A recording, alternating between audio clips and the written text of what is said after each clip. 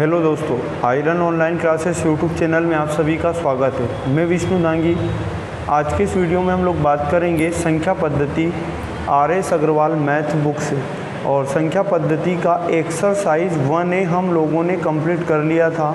आज के इस वीडियो में हम लोग बात करेंगे संख्या पद्धति RS अग्रवाल मैथ बुक से जो एक्सरसाइज 1B है उसके बारे में। इसके क्वेश्चन हमारे नहीं हुए थे दोस्तों, तो पूरा वीडियो अंत तक मेरे साथ आप लोगों को देखना है। बहुत सारे बच्चों की सोच होती है कि एक्सरसाइज 1B टफ होता है, लेकिन मैं आप लोगों को इस वीडियो के माध्यम से बहुत ईजी तरीके से संख्या पद्धति RS अग्रवाल मैथ बुक और एक्सरसाइज 1B बहुत ईजी तरीके से आप लोगों को बताऊंगा। तो पूरे वीडियो को अंत तक देखना है और देर ना करते हुए चलते हैं पहले क्वेश्चन की ओर।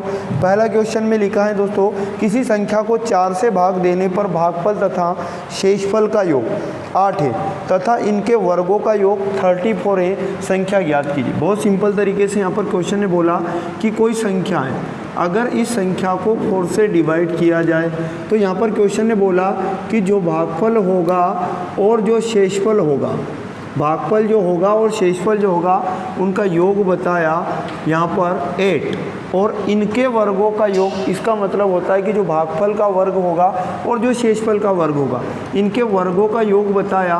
तो यहाँ पर लिख सकता हूँ मैं भागफल का वर्ग और शेषफल का वर्ग, अगर इनका योग किया जाए तो 34 आता है। तो आपसे क्वेश्चन कह रहा है कि वो संख्या बताओ। तो एक्सरसाइज 1A में हम लोगों ने कंप्लीट किया था कि कोई भी संख्या अगर जिस संख्या में भाग दिया जाता है उसको हम लोग भाज्य बोलते हैं और जिससे भाग दिया जाता है उसको हम लोग भाजक बोलते हैं। दोस्तों, जो उत्तर के रूप में प्राप्त होता है इसको हम लोग भागफल बोलते हैं और जो उत्तर के रूप में नीचे जो हमें शेष प्राप्त होता है उसे हम लोग शेषफल बोलते हैं। तो यहाँ पर इस क्वेश्चन में बहुत अच्छी तरह से बोला क्वेश्चन ने कि यहाँ पर कोई संख्या अगर उसको 4 से डिवाइड किया जाए तो जो भागफल होगा और शेषफल होगा उनका योग 8 बनता है। तो आप खुद समझ सकते हैं, कोई भी दुनिया की संख्या को अगर हम लोग 4 से डिवाइड करेंगे तो आप समझ सकते हो कि जो शेषफल आएगा वो 4 से कम ही आएगा, या तो 3 आएगा या 2 आएगा या फिर 1 आएगा।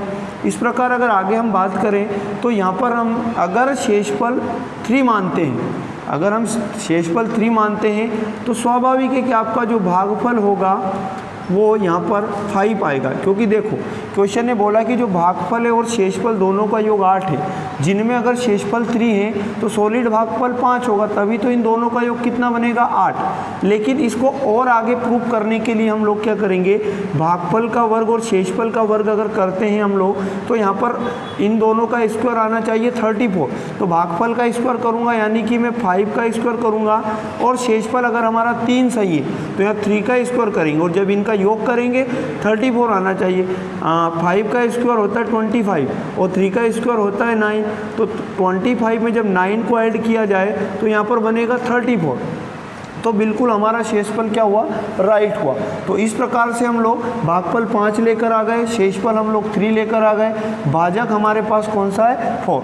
तो एक्सरसाइज 1A में बताया था मैंने आप लोगों को कि अगर आपको भाज्य ज्ञात करना है तो करना पड़ेगा भाजक गुणा भागफल, भाजक गुणा भागफल और प्लस करना पड़ेगा शेषफल, प्लस करना पड़ेगा शेषफल। तो यहाँ पर भाज्य बराबर निकल कर आ जाएगा फिर आपके सामने भाजक। भाजक हमारे पास जिससे हम भाग लगाते हैं उसको भाजक बोलते हैं, 4 है और मल्टीप्लाई भागफल कितना यहाँ पर हमारे पास 5 है, तो भाजक गुणा भागफल हो गया प्लस और शेषफल हमने निकाला कितना यहाँ पर 3, तो शेषफल 3 होगा। इस प्रकार अगर हम भाज्य के बारे में बात करें तो 5 × 4 करेंगे तो 20 होगा और 20 में 3 जोड़ा जाए तो हमारा जो भाज्य बनेगा वो बनेगा 23। यानी इस क्वेश्चन का जो राइट आंसर होगा 23 होगा। भाज्य मतलब वो संख्या जो हमसे पूछी है वो क्या निकल कर आई है 23। इस तरीके से बहुत इजी तरीके से इस क्वेश्चन को हम लोग सॉल्व करते हैं। तो चलते हैं क्वेश्चन नंबर 2 की ओर। और क्वेश्चन नंबर 2 में लिखा है, एक 3 अंकों से बनी संख्या के अंकों का योग 6 है। अंक पलटने से प्राप्त संख्या मूल संख्या से 198 अधिक है और यदि मध्य अंक शेष दोनों अंकों के औसत के बराबर हो तो मूल संख्या ज्ञात कीजिए। सिंपल तरीके से बहुत इजी तरीके से इक्वेशन बनाकर करेंगे। एक 3 अंकों से बनी संख्या के अंकों का योग 6 है, मतलब 3 अंकों की जब भी कोई संख्या होगी उस उसमें एक अंक इकाई का होगा, दूसरा अंक हमारा दहाई होगा और तीसरा अंक हमारा सैकड़ा होगा। समझना है हम लोगों को, इकाई, दहाई, सैकड़ा 3 अंकों से मिलकर कोई संख्या बनी है। मान लेता हूँ मैं इकाई अंक x होगा, दहाई अंक y होगा और सैकड़ा अंक z होगा। तो बहुत आसान तरीके से हम लोग एक मूल संख्या निकाल सकते हैं। जो आपकी संख्या बनेगी वो बनेगी, सैकड़ा वाले अंक में 100 का मल्टीप्लाई करेंगे 100z प्लस इसमें 10 का मल्टीप्लाई करेंगे 10y प्लस इसमें 1 का मल्टीप्लाई करेंगे तो यहाँ पर x होगा। ऐसा हम लोग क्यों करते, बहुत सारे बच्चों को कन्फ्यूज़न रहता है। जैसे यहाँ पर 239 एक संख्या लिखी है तो यहाँ पर ये मल्टीप्लाई करने का अर्थ बहुत सारों को समझ नहीं आता है। ठीक है, तो यहाँ पर मैं आप लोगों को समझा देता हूँ। कोई भी संख्या हुई दुनिया की, उसमें अंकों का उनका जाति स्थानीय मान होता है, अंकों का स्थानीय मान होता है। जैसे कि यहाँ एक संख्या, एक उदाहरण मैं आपको समझा रहा हूँ। एक उदाहरण यहाँ पर 239 3 अंकों की एक संख्या है जिसका इकाई अंक 9 है, दहाई अंक क्या है यहाँ पर 3 है, ये दहाई अंक होगा और सैकड़ा अंक मतलब यहाँ पर 2 होगा। तो दोस्तों मैं आप लोगों को बता दूँ, इकाई का मतलब होता है उस अंक में 1 का मल्टीप्लाई और दहाई का मतलब होता है 10 का मल्टीप्लाई, 3 में 10 का मल्टीप्लाई और यहाँ पर सैकड़ा मतलब 100 का मल्टीप्लाई। ठीक है, तभी तो इसको 100 के रूप में हम लोगों ने बोला। और अगर ये योग किया जाए तो पुनः बनकर हमारे पास 239 निकल कर आता है। तो देखो 200 यहाँ पर बनेगा 2, 3 मल्टीप्लाई 10 कितना होगा 30 प्लस 9 मल्टीप्लाई 1 कितना होगा 9। इस प्रकार 200 में 30 जोड़ा तो 230 बनेगा और इसमें 9 जोड़ेंगे तो 239। इसलिए हम लोग इन संख्यों के किसी भी संख्या के अंकों के स्थानीय मान में उनके स्थान का मल्टीप्लाई करते। तो ये 3 अंक हम लोगों ने माने और संख्या बनाने के लिए हमने सैकड़ा मतलब 100 का मल्टीप्लाई, दहाई मतलब 10 का मल्टीप्लाई, इकाई मतलब x का मल्टीप्लाई। तो आगे चलते हम लोग, आगे क्वेश्चन में बोला एक 3 अंकों की संख्या के अंकों का योग। अंकों का योग यहाँ पर आपको क्वेश्चन में बताया है 6 है। अंकों का योग यहाँ पर 6 बताया तो x plus Y plus Z, इन तीनों अंकों को अगर जोड़ा जाए तो यहाँ 6 बनता है। इसको एक इक्वेशन नंबर फर्स्ट आप लोग समझ सकते हैं। इन इक्वेशन की सहायता से हम लोग क्या करेंगे, क्वेश्चन का आंसर लाएंगे। उसके बाद बोला अंक पलटने से प्राप्त संख्या, मतलब देखो इकाई के स्थान पर अंकों को पलट दिया जाए। जैसे कि यहाँ पर इकाई दहाई सैकड़ा था तो अब ये अंक पूरा ऐसे पलट जाए, यानी कि यहाँ पर जेड आ जाए, यहाँ पर वाई आ जाए और यहाँ पर एक्स आ जाए, तो एक नई संख्या बनेगी। एक नई संख्या हमारे पास निकल कर आएगी।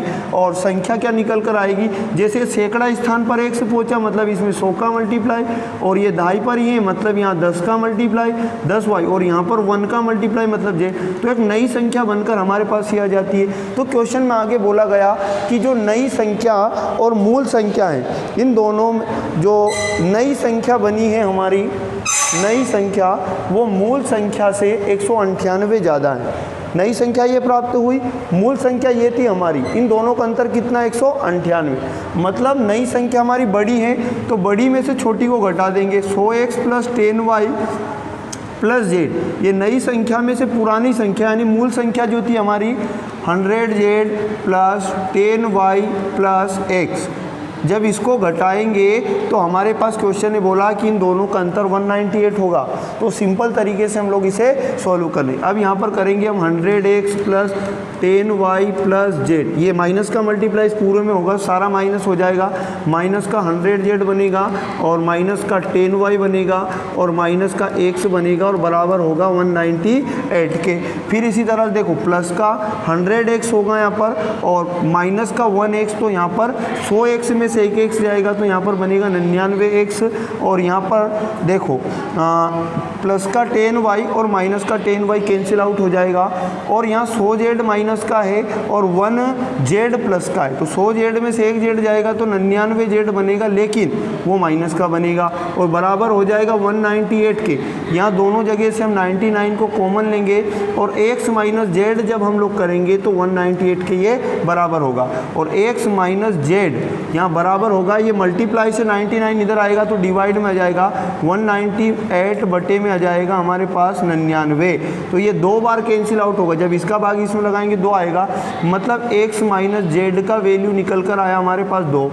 एक इक्वेशन हमारे पास ये निकल कर आ गई, x माइनस जेड बराबर 2, x plus Y plus z बराबर 6। तो देखो बहुत सिंपल तरीके से हम लोग यहाँ पर इसे आगे और सोल्व कर और पढ़ते क्वेश्चन में क्या लिखा है, यहाँ पर कहा यदि मध्य अंक, क्वेश्चन में बोला कि यदि मध्य अंक दोनों अंकों के औसत के बराबर हो, मतलब यहाँ मध्य अंक कौन सा है, संख्या का y, मध्य अंक के बारे में बोल रहा है कि जो मध्य अंक यानी कि आपका जो y है ये किसके बराबर होगा, तो दोनों अंकों के औसत के बराबर, शेष दोनों अंकों के औसत के बराबर। शेष दोनों अंक कौन कौन से हैं, x प्लस जेड हमारे पास हैं और इन दोनों का औसत क्या होगा, तो औसत बराबर मैं आप लोगों को बता दूं, औसत का अगर आप लोगों को फॉर्मूला पूछा जाए तो औसत बराबर होता है योग बटे संख्या।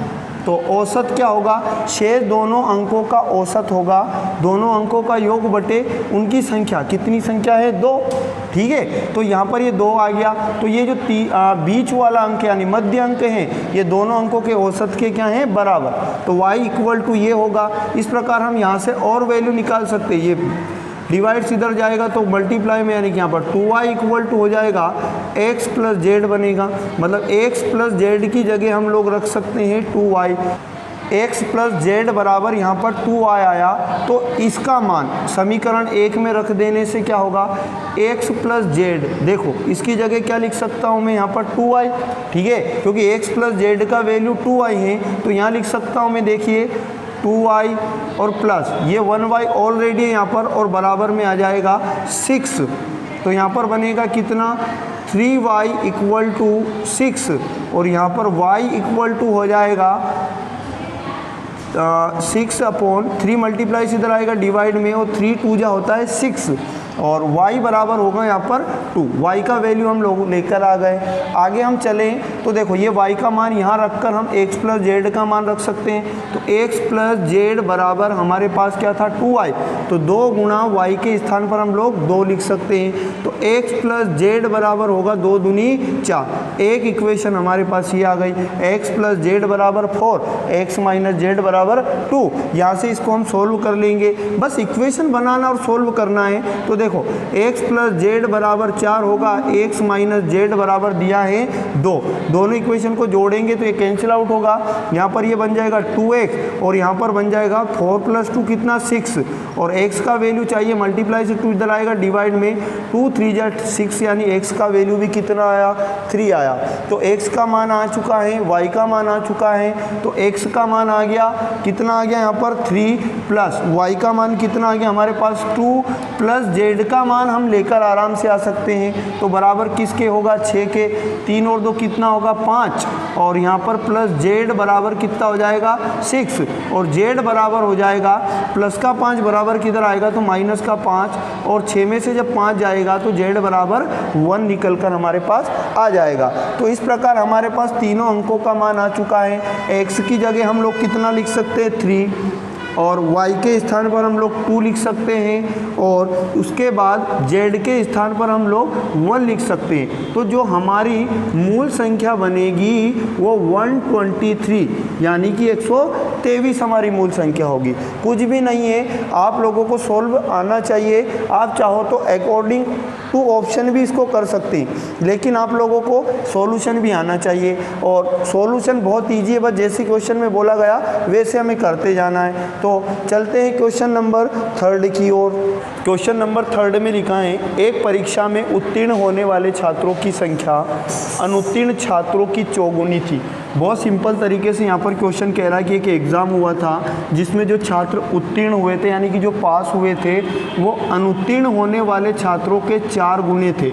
अगर अनुत्तीर्ण x था तो उत्तीर्ण कितने थे, 4 गुने मतलब 4x होंगे। तो यहाँ से हम लोग निकाल सकते हैं कि जो टोटल स्टूडेंट होंगे यानी कुल छात्र जो होंगे, अगर 4x उत्तीर्ण हुए और 1x क्या हुए अनुत्तीर्ण, तो टोटल छात्र कितने होंगे 4x प्लस 1x यानी कितने 5x होंगे।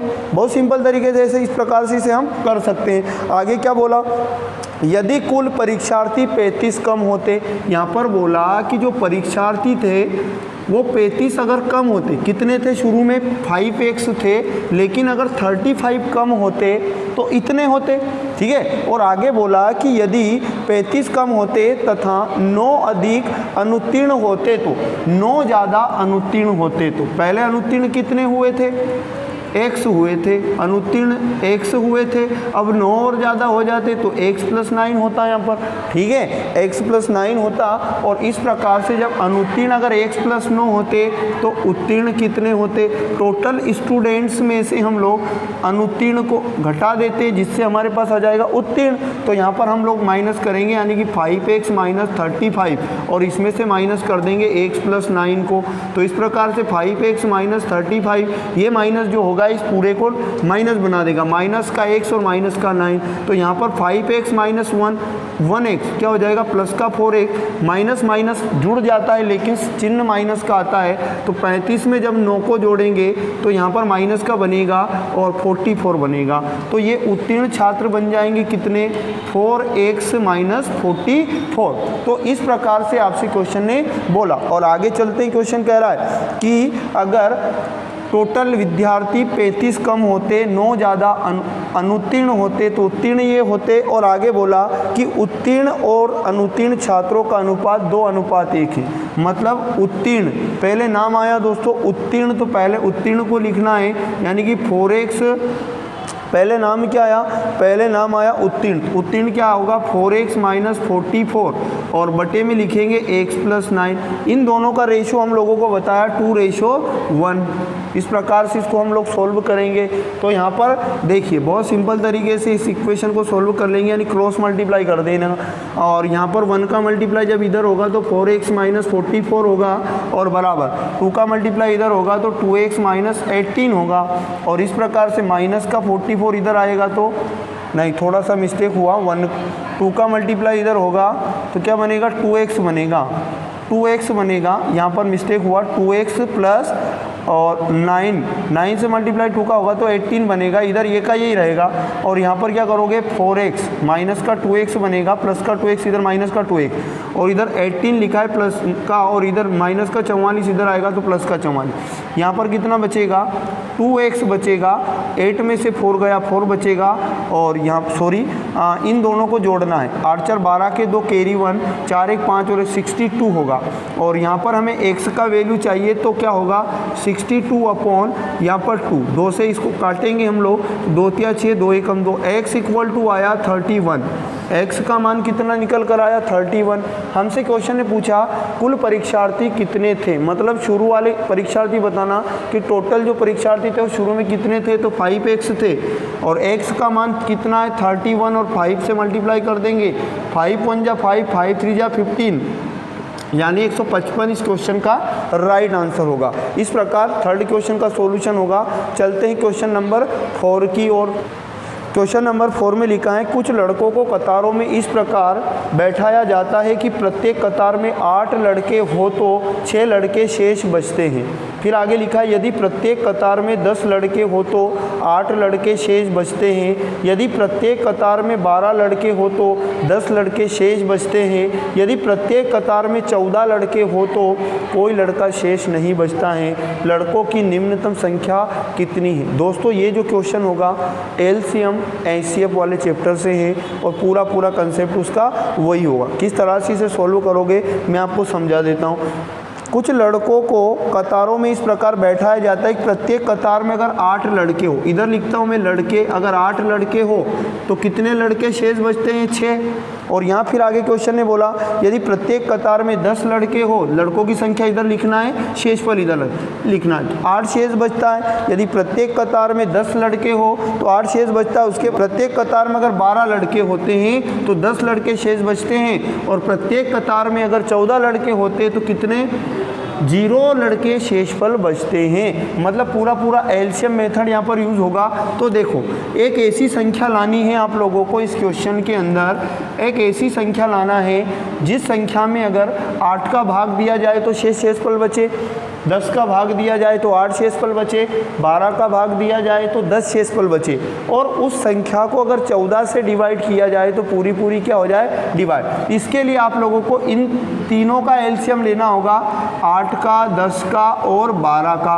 तो यहाँ पर जब एलसीएम लोगे तो आता होगा सबको एलसीएम बहुत आसान तरीके से, 2 चुको 8, 2 पंजे 10, 2 छके 12, 2 दूनी 4, 5, 2 तिया 6, 2 से 1, 5, 3 और 3 से 1, 5, 3 1 जा 3 और 5 से डिवाइड करूँगा 1, यानी कि 5 3 15 दूनी 30 और दूनी 60 दूनी कितना 120।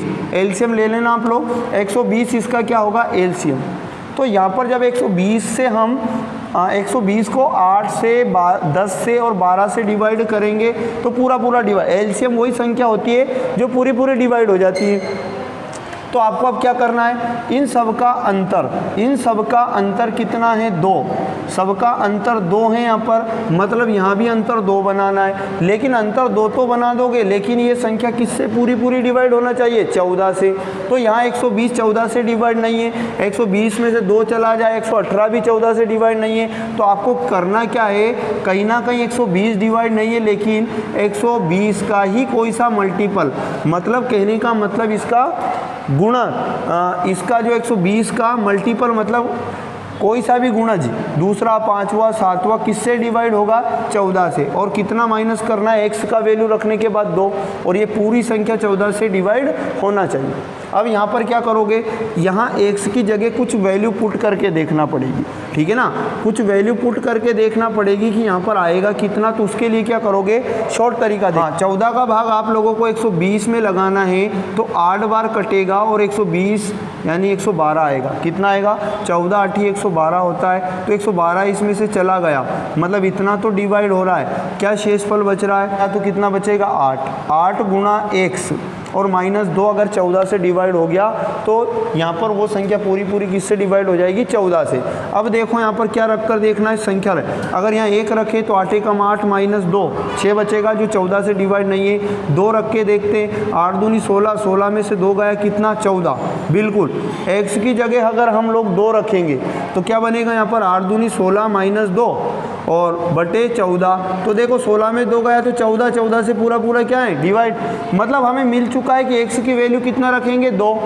तो यहाँ पर पूरे क्वेश्चन में क्या करोगे, 120 था, इसका दूसरा गुणज और उसमें से 2 कम कर दिया जाए तो फिर ये किससे पूरा डिवाइड है 14 से। तो 120 का 2 गुना कितना होता है 240 और इसमें से 2 जाएगा तो यहाँ पर आएगा 238। ये 238 जो संख्या है ये 14 से पूरी कटती है। अगर 238 में भाग लगाया जाए 14 का तो पूरा डिवाइड हो जाता है। तो और अगर 238 को 8 से 10 से 12 से भाग लगाया जाए तो ये शेषफल बचेगा। आप अकॉर्डिंग टू ऑप्शन भी इसको कर सकते हैं और यहाँ इसका सॉल्यूशन समझ सकते हैं। तो चलते हैं क्वेश्चन नंबर 5 की ओर।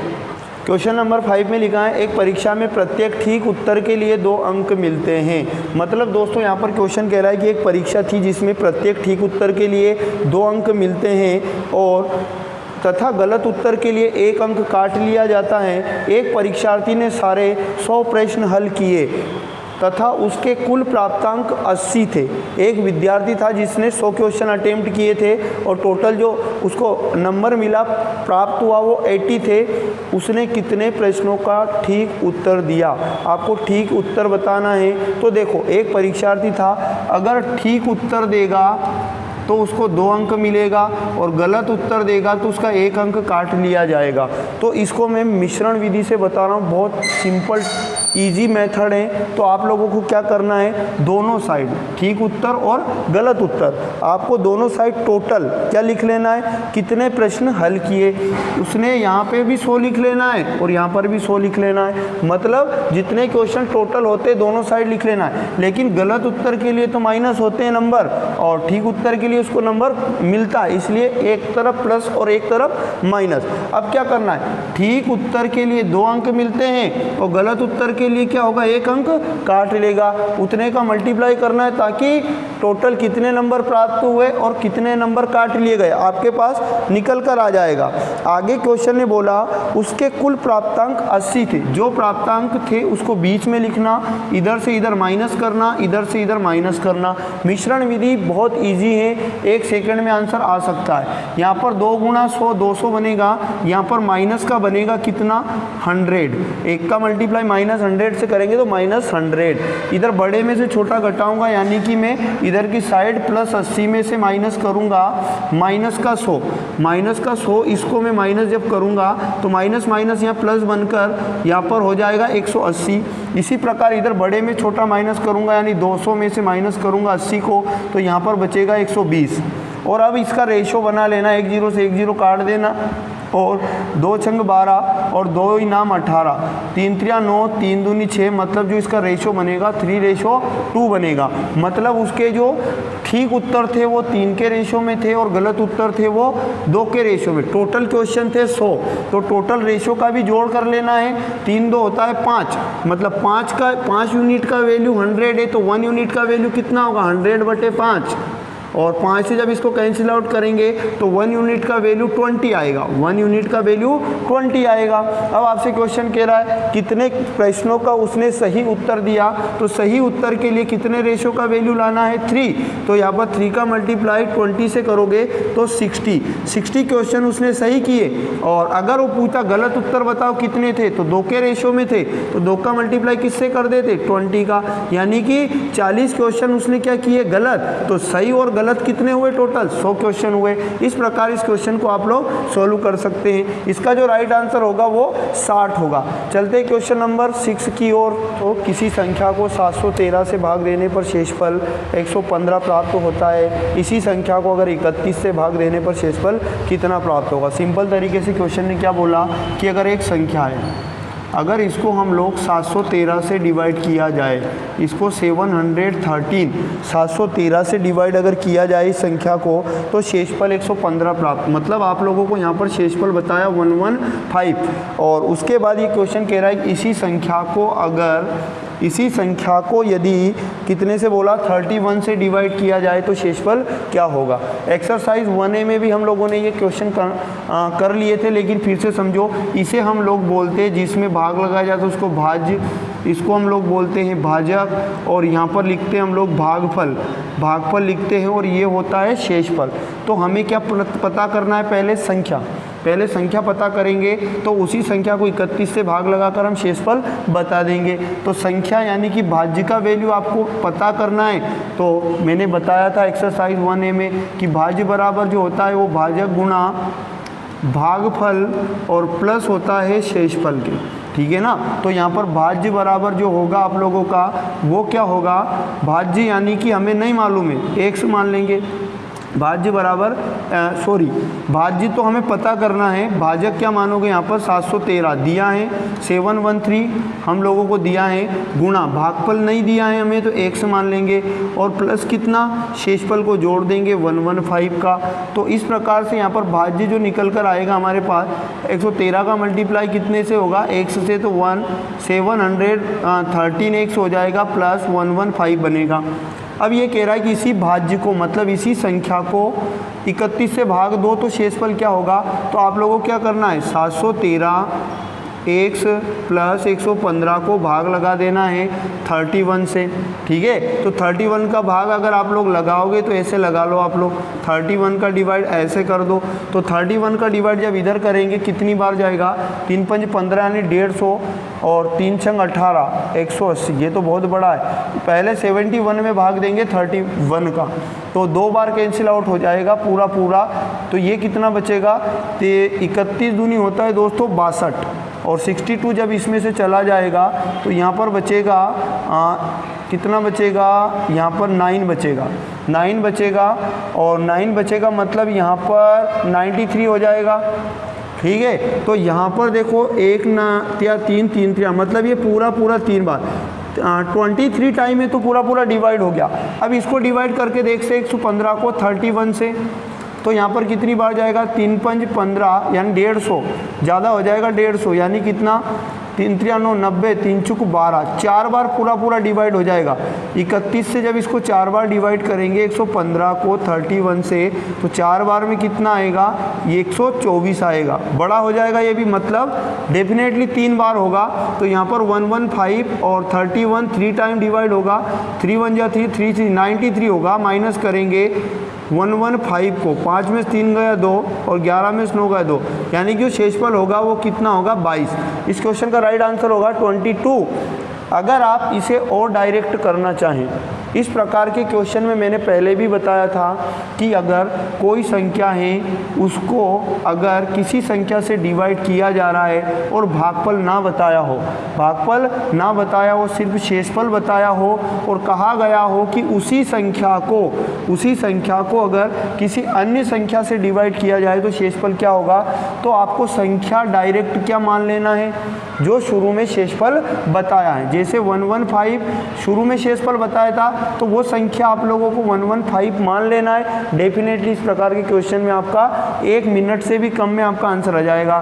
तो यहाँ पर 3 टाइम जाएगा और यहाँ पर 93 आएगा और माइनस करेंगे 2 और यहाँ पर बनेगा 2, यानी कि जो शेषफल होगा वो 22 होगा। इस प्रकार ये क्वेश्चन सॉल्व होता है। चलते ही क्वेश्चन नंबर 7 की ओर। क्वेश्चन नंबर 7 में लिखा है यदि 683 की पावर 125 माइनस 598 की पावर 125 माइनस 647 की पावर 125 माइनस 598 की पावर 125 को अगर 36 से विभक्त किया जाए तो शेषफल क्या होगा। बहुत इजी तरीके से बताऊंगा, समझना आप लोगों को, पूरा देखना है। 683 की पावर 125 लिखा है दोस्तों, 683 की पावर और 125 और फिर आगे लिखा है यहाँ पर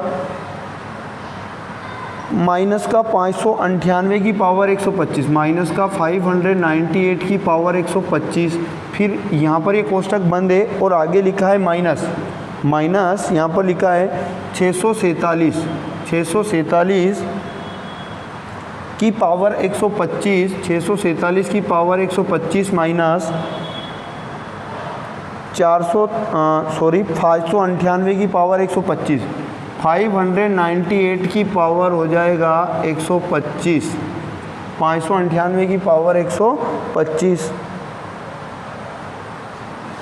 तो यहाँ पर अगर हम बात करें तो क्वेश्चन आप लोगों से कह रहा है कि अगर इसको 36 से विभाजित किया जाए, इसको विभाजित पूरे को किया जाए 36 से, तो आपसे क्वेश्चन कह रहा है कि शेषफल क्या होगा। बहुत अच्छा है, समझने की कोशिश करना। अगर इस माइनस का मल्टीप्लाई इस पूरे में करूँ मैं तो क्या हो जाएगा, ये प्लस का भी क्या हो जाएगा माइनस का। देखो यहाँ पर 683 की पावर बन जाएगा 125 माइनस, और इसी प्रकार यहाँ 598 की पावर बनेगा 125, ये माइनस का हो जाएगा कितना 647 की पावर 125, और यहाँ पर बन जाएगा माइनस का 500, ये माइनस का मल्टीप्लाई जब इस माइनस से होगा तो ये प्लस बनेगा 598 की पावर बनेगा 125, ठीक है। और इसी पूरे को करना है हमें 36 से डिवाइड। तो आप लोग समझिए, यहाँ पर देखो ये प्लस का है और ये माइनस का है, बिल्कुल सेम क्या हो जाएगा, कैंसिल आउट हो जाएगा। मतलब फाइनली हमारे पास 683 की पावर 125 और यहाँ पर माइनस 647 की पावर 125, इसको अगर हम 36 से डिवाइड करेंगे तो अब शेषफल क्या होगा, वही हमें लाना है। एक कंसेप्ट को समझना, कोई भी दो विषम संख्याएं ले लो, जैसे मैं एक विषम संख्या ले लेता हूँ 3 ले लेता हूँ और एक 5 ले लेता हूँ, दोनों की पावर सेम लगा लेते हैं, ठीक है ना। तो मैं लिख लेता हूँ यहाँ पर 5 की पावर 3 और यहाँ लिख लेता हूँ माइनस में 3 की पावर 3, मतलब दो अलग अलग संख्याएं जिनकी पावर क्या हो, सेम। एक उदाहरण को समझना, एक फॉर्मूला, अगर फॉर्मूला डायरेक्ट बताऊंगा तो समझ में कम आएगा, आपको यहाँ से समझना है। 5 का क्यूब अगर देखा जाए तो 125 होता है और यहाँ पर 3 का क्यूब होता है 27, और इन दोनों को अगर मैं अंतर को देखूं, समझना, तो यहाँ 15 में से 7 गए 8 बचेगा और यहाँ पर 11 में से 2 गए 9 बचेगा और यहाँ पर बन जाएगा 198। अब ये 198 या 5 माइनस 3, ये जो आधार हैं इनका अंतर कितना है, 2। क्या इनके अंतर से पूरा पूरा डिवाइड है ये, बिल्कुल, क्योंकि 2 से पूरा पूरा डिवाइड है, इकाई अंक समय मतलब 2 से पूरा पूरा डिवाइड होगा। तो यहाँ से मैं आप लोगों को ये बताना चाह रहा हूँ कि अगर x की पावर यहाँ पर m है और यहाँ पर भी देखो y की पावर क्या है, यहाँ पर भी m है, मतलब पावर सेम है और आधार अलग अलग है, तो आप समझ सकते हो, आप प्रूव कर सकते हो, आप उदाहरण लेकर देख सकते हो कोई सी भी संख्याओं का, ये जो होगी हमेशा x माइनस y से पूरी विभाजित होगी। पूरी पूरी क्या होगी दोस्तों, विभाजित होगी।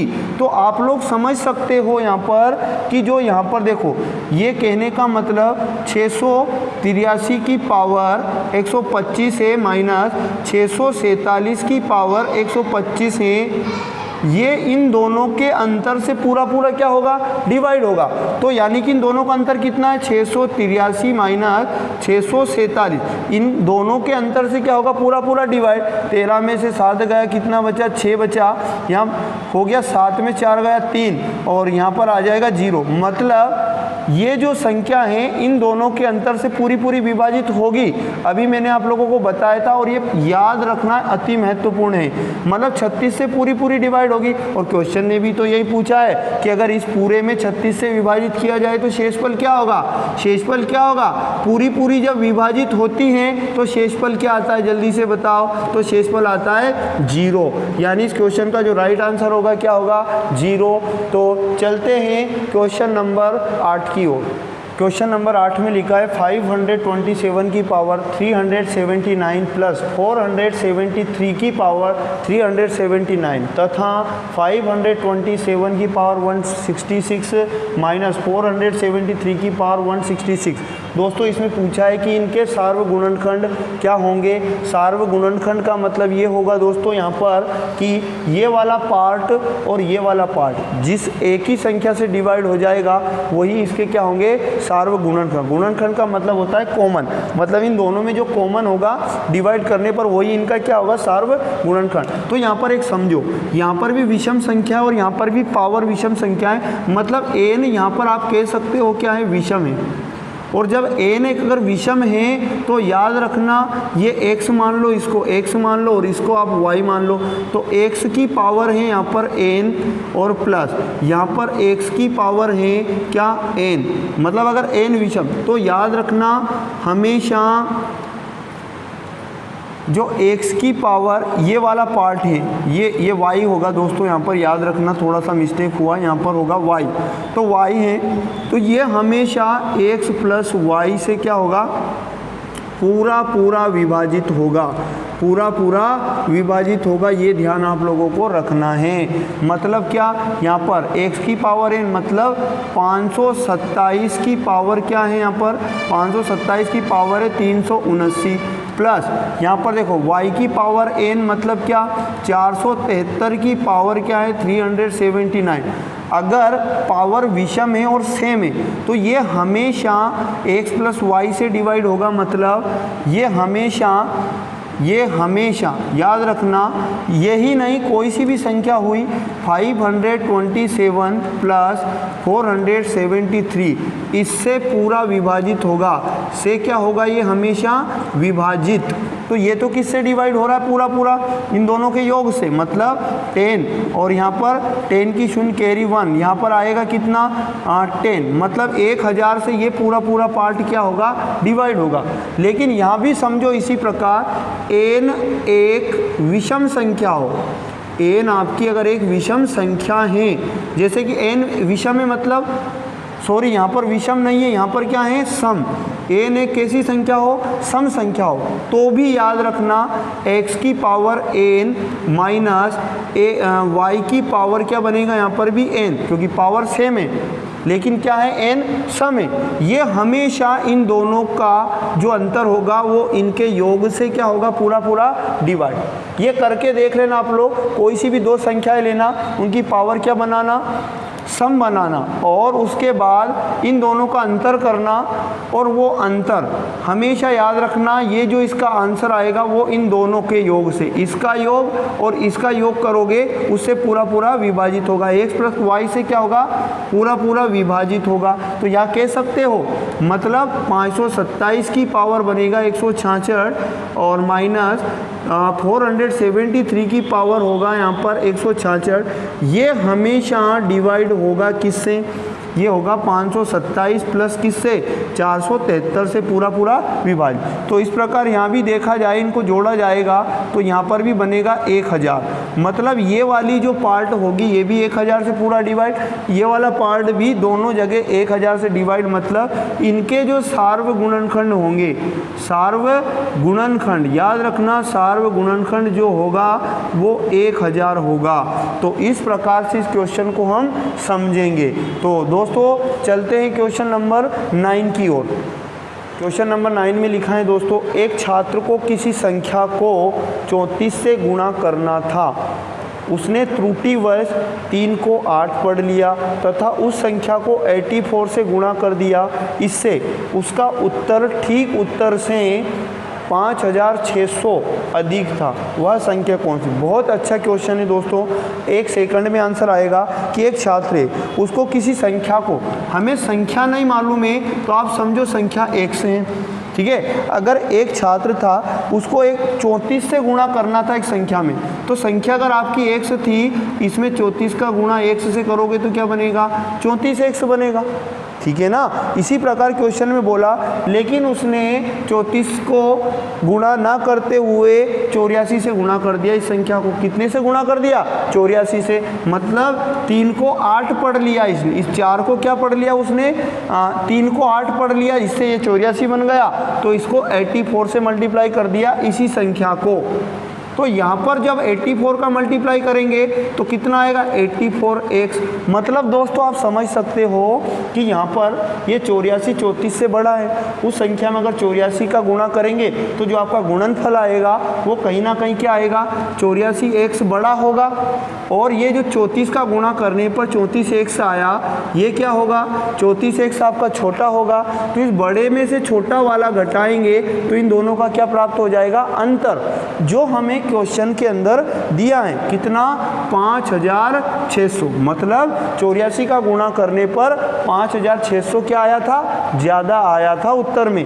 तो ज़्यादा में से कम को घटाया तो दोनों का अंतर। अब सिंपल है, 84 में से 34 को घटा लो, यहाँ पर बनेगा 50x और बराबर 5600 के, और x का वैल्यू पता करना है, यानी वो संख्या पता करना है। तो 5600 और बटे में 50, मल्टीप्लाई इधर आएगा तो डिवाइड में होगा। 0 से 0 कटेगा और यहाँ 5 से काटेंगे इसको तो 5 एकम 5, यहाँ 5 एकम 5, 1 बचा 5 दूनी 10, यानी x बराबर कितना है? 112। यानी वो संख्या क्या निकल कर आई दोस्तों? यहाँ पर 112 इस क्वेश्चन का राइट आंसर होगा। अगर आप चाहो तो 112 ऑप्शन लेकर यहाँ भी पुट करना और यहाँ भी पुट करना, तो आपका जो आंसर आएगा ये बड़ा आएगा और ये छोटा आएगा। इन दोनों का अंतर कितना होगा? 5600। तो इस तरह से इसे हम लोग बहुत आसान तरीके से सॉल्व करेंगे। चलते हैं क्वेश्चन नंबर 10 की ओर। क्वेश्चन नंबर 10 में लिखा है दोस्तों, 23 की पावर 19 प्लस 19 की पावर 19 तथा 23 की पावर 23 प्लस 19 की पावर 23 के सार्व गुणनखंड। फिर से वही बात दोस्तों, ये पूरा भी जिस संख्या से डिवाइड होगा और ये पूरा भी जिस संख्या से डिवाइड होगा वही इसके क्या होंगे? सार्व गुणनखंड होंगे। तो मैंने अभी आपको बताया कि n अगर विषम हो, n अगर विषम हो तो x की पावर n प्लस, यहाँ भी ये क्या है? y है, y की पावर भी क्या है? n, मतलब दोनों की घात विषम है। तो ये हमेशा x प्लस y से क्या होगा? पूरा पूरा कट जाएगा। मतलब 23 की पावर 19 प्लस 19 की पावर 19, ये हमेशा 23 प्लस 19 से पूरा पूरा क्या होगा? विभाजित हो जाएगा। तो यहाँ पर 9 3 12 के 2 कैरी 1 और यहाँ पर 42, यानी 42 से ये नंबर पूरा पूरा डिवाइड होगा। सेम यही कंसेप्ट यहाँ भी लग रहा है। देखो ये n यहाँ पर भी विषम दिखाई दे रहा होगा आप लोगों को, ये x होगा, ये y होगा। तो ये हमेशा 23 प्लस 19 से ये भी पूरा पूरा क्या होगा? विभाजित होगा। इस प्रकार यहाँ भी इन दोनों को जोड़ेंगे तो कितना बनेगा? 42। तो दोनों जगह कॉमन क्या है जिनसे ये डिवाइड हो रहा है? 42। तो इस प्रकार से इस क्वेश्चन का जो राइट आंसर ही होगा, यानी सार्व गुणनखंड जो होगा वो 42 होगा। तो इस प्रकार से 10वें क्वेश्चन का आंसर आएगा। तो दोस्तों वीडियो कैसा लगा कमेंट करके ज़रूर बताएं। और उसके बाद यदि अभी तक हमारे चैनल को सब्सक्राइब नहीं किया तो ज़रूर सब्सक्राइब कर लें, क्योंकि दोस्तों free of cost R S. Agarwal math book का फुल सॉल्यूशन हम लोग धीरे करके करेंगे। और अगर आप लोगों ने एक्सरसाइज 1A नहीं देखा तो उसे ज़रूर प्लेलिस्ट में जाकर देख लें और वीडियो को ज़्यादा से ज़्यादा शेयर करें, और अगर अच्छा लगा तो लाइक ज़रूर करें और चैनल को तो सब्सक्राइब कर ही लें दोस्तों। तो मिलते हैं दोस्तों नेक्स्ट वीडियो यानी कि इसके पार्ट 2 में 11 से लेकर बचे हुए सारे क्वेश्चन का अगला पार्ट होगा। जय हिंद, जय भारत।